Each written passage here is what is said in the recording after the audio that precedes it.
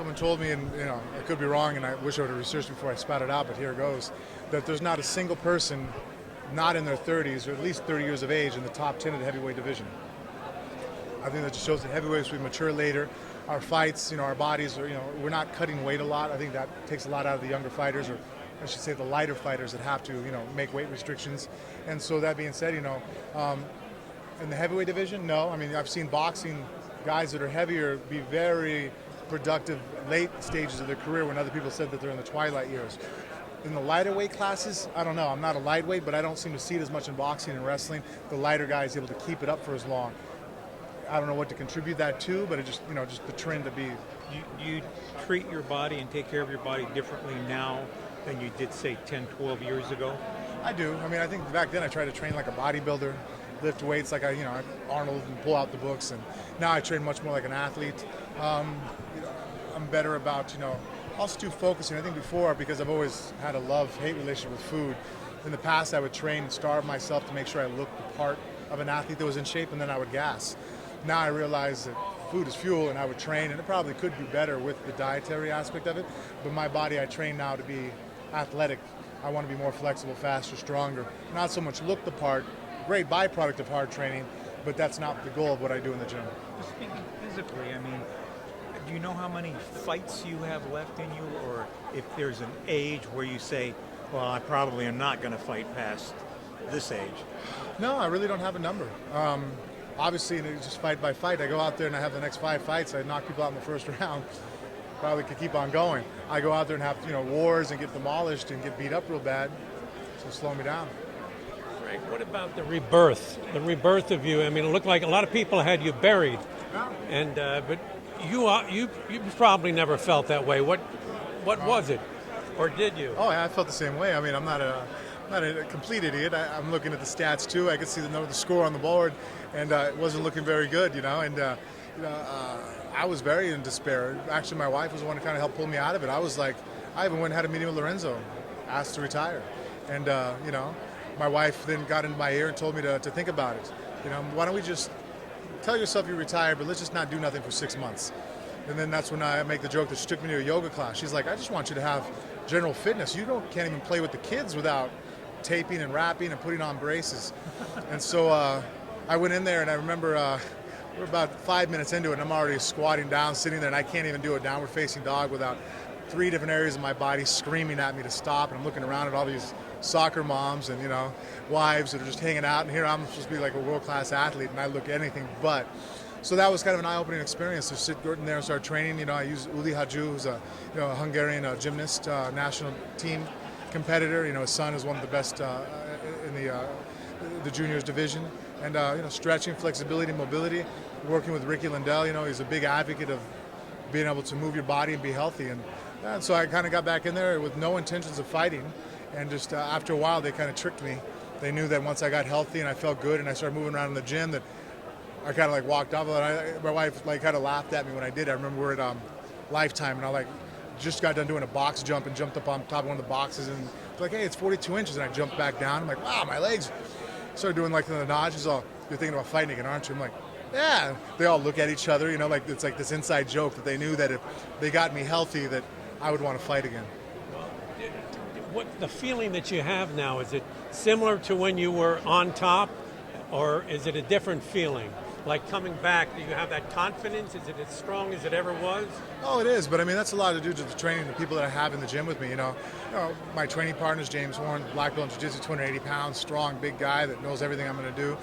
I have Ricky Lindell, phenomenal head coach. Angela Reyes is a phenomenal boxing coach, and Anna Hulick helping him on the side. And then when I'm in there sparring, I'm sparring the likes of Marco Huck, helping him get ready for a fight. In there with Bermain Stavern, who comes in, and twice a week I'm in the gym sparring with a world champion boxer, a heavyweight that is extremely quick and powerful and hits hard, and there's parts of my body that are still sore from sparring with him. You mentioned talking about the weightlifting training. You felt like you were training improperly at some points in your career. As far as looking towards longevity, what would you have done differently back then to extend your career? Just address my injuries better. I think that some guys are hardcore, and and I understand, and I tried to follow suit. You get injured, you tweak something, you wrap it up, you take a couple to leave, and you go back at it. Now I'm like, no, that's not the way to do it.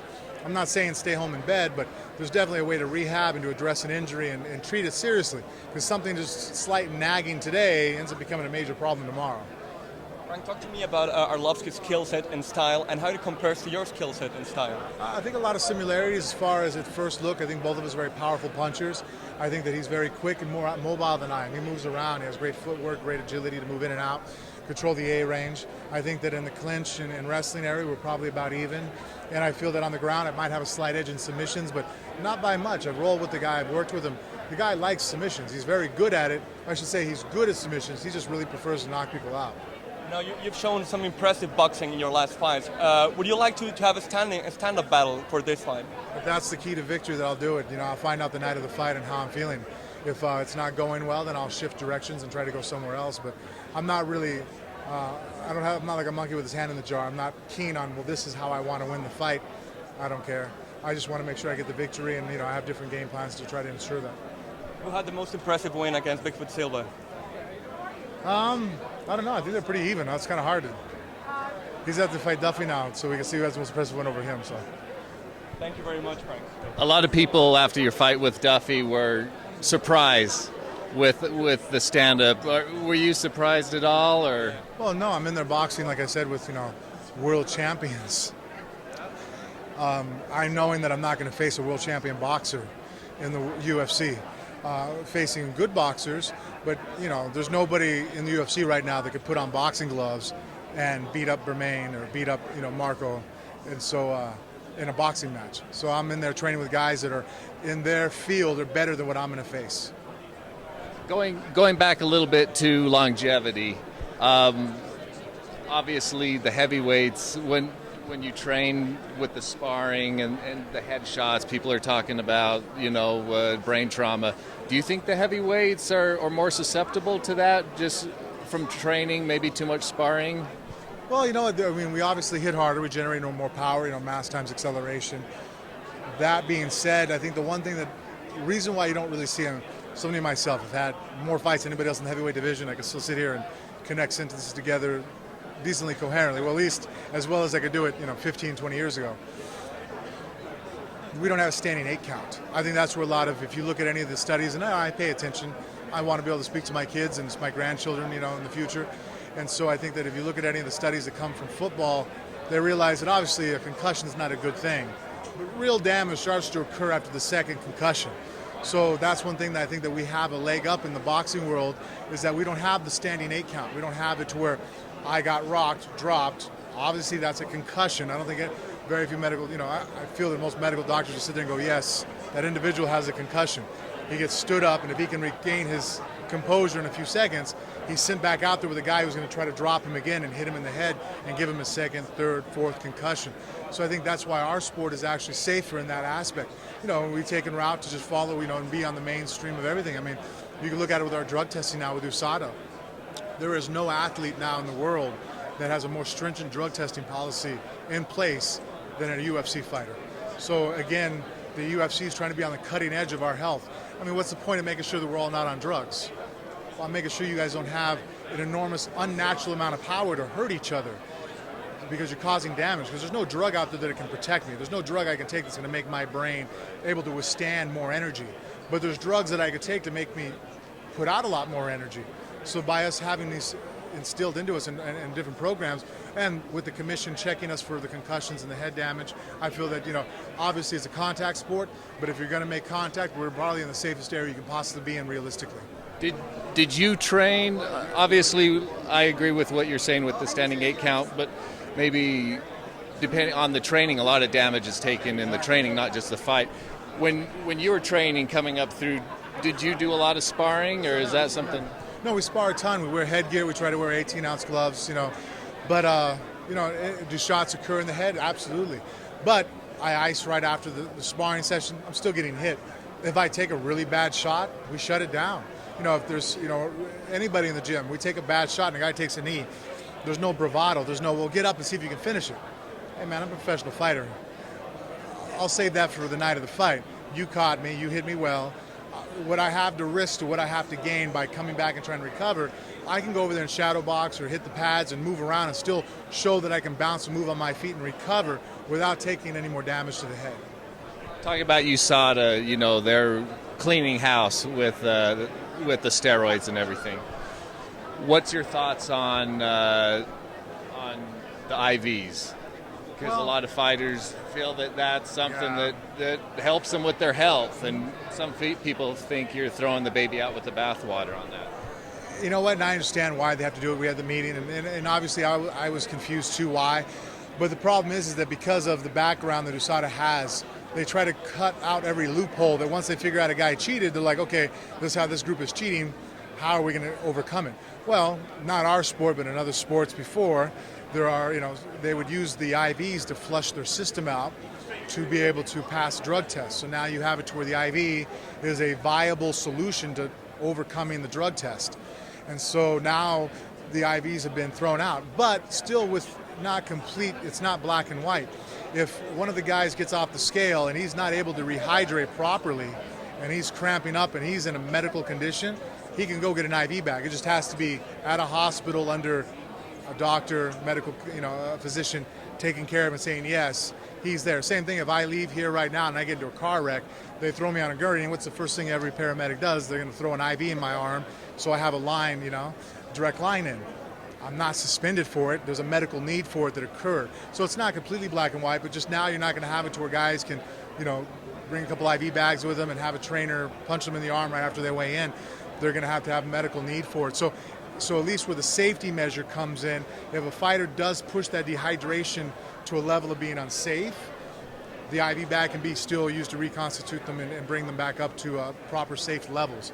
For everybody else, it's going to be miserable. And I do agree with you. That's one point I even brought up, when it was told to me. I'm like, I was under the impression one of the first organs in the body to suffer from dehydration is the brain. That's why we get hangovers after we drink, right? And it's one of the last organs to rehydrate after you're rehydrating. Well, that's why we don't do same-day weigh-ins, because they realize in boxing that you get hit in the head while you're dehydrated really bad, that concussion could get really bad. So you want a hydrated brain. So I see the side of it where guys now, I think, are just going to put it to where guys aren't going to be in the same weight classes they used to be in.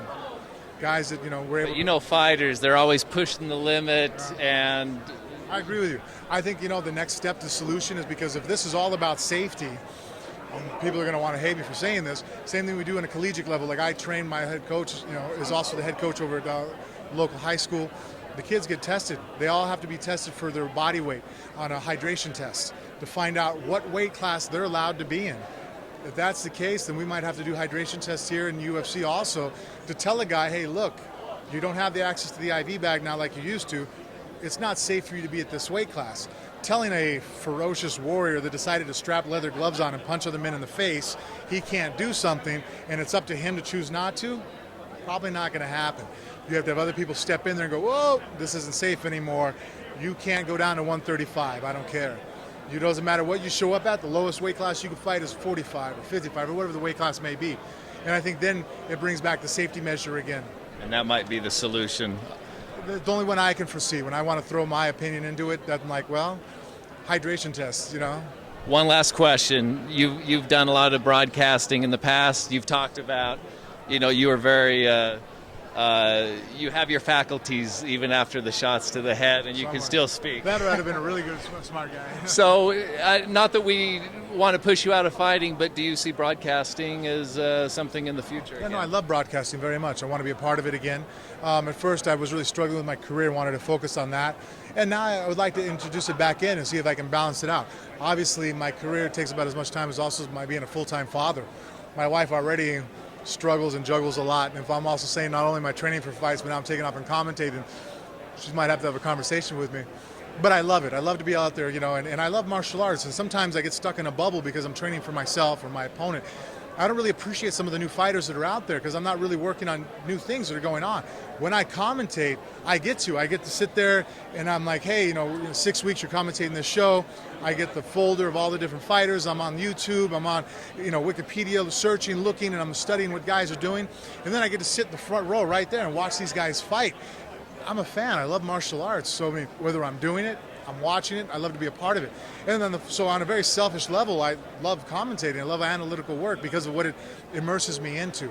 On the flip side of it, I also get to give back. Obviously, as a fighter, it's always great to know that I do it for myself. But when people say, hey, you're an inspiration, you help guide me the right way, that's a bonus, man. That feels good to hear. And I get that in commentating at times too, when people come up to me and go, hey man, my mother-in-law, my wife, or whoever, I always had to drag them and they never wanted to watch. They said there was a bunch of half-naked guys rolling on the ground, this is boring. But then they flipped you on and they heard you talking and what you were explaining about what the guys were thinking and what was really going on and what the objective the bottom guy was trying to accomplish and what the top guy was trying to accomplish and what the exchanges were. She sat there and goes, same action was happening, but now they sparked an interest and now they're interested in the world of MMA. And that was it's very gratifying. Now they understand. It makes you feel good. Yeah.